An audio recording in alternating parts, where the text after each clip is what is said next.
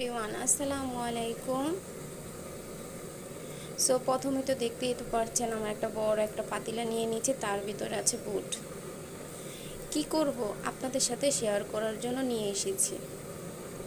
আর কেনই বা আমি ঠান্ডা পানি দিয়ে বুট চুলায় বসিয়েছি সেটাও বলবো আপনাদেরকে। কত বড় পাতিলা নিয়েছি, এর সাথে বুট দিয়ে দিয়েছি। বুটটা ঠান্ডা পানি দিয়ে দিলে বুটের কালারটা সুন্দর থাকে, তার জন্য আমি এভাবে সিদ্ধটা করি, আমি ভিজায়া রাখি না। আমি একসাথেই এভাবে বুট ঢেলে দিয়ে চুলায় ভালো করে সিদ্ধ করে নামিয়ে নিই, তাহলে বুটের কালারটা সুন্দর থাকে।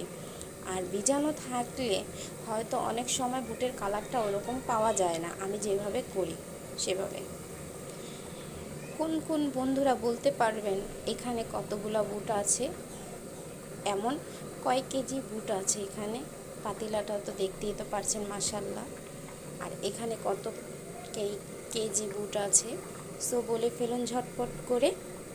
আর যদি আমার ভিডিওটা ভালো লাগে অবশ্যই আমার পেজটাকে ভালোবাসা দিবেন ও ভরিয়ে দিবেন, ফুলে ফুলে ভরিয়ে দিবেন। এটাই আপনাদের কাছ থেকে আমার চাওয়া। আশা করি আল্লাহর রহমতে ইনশাআল্লাহ, আমি জানি রব্বুল আলামিনের দোয়ার বরকতে সবার ভালোবাসা আমি অলরেডি পাই। ছোট বড় সবার ভালোবাসা আমি পাই সব সময়। আমি শুরু থেকে এ পর্যন্ত এসেছি, আমি সবাই সাপোর্ট পেয়েছি। বড় ভাইয়েরাই কি, বড় বোনেরাই কি, ছোট ভাইয়েরাই কি, ছোট বোনেরাই কি, আল্লাহর রহমতে আমি সবার ভালোবাসা পেয়েছি।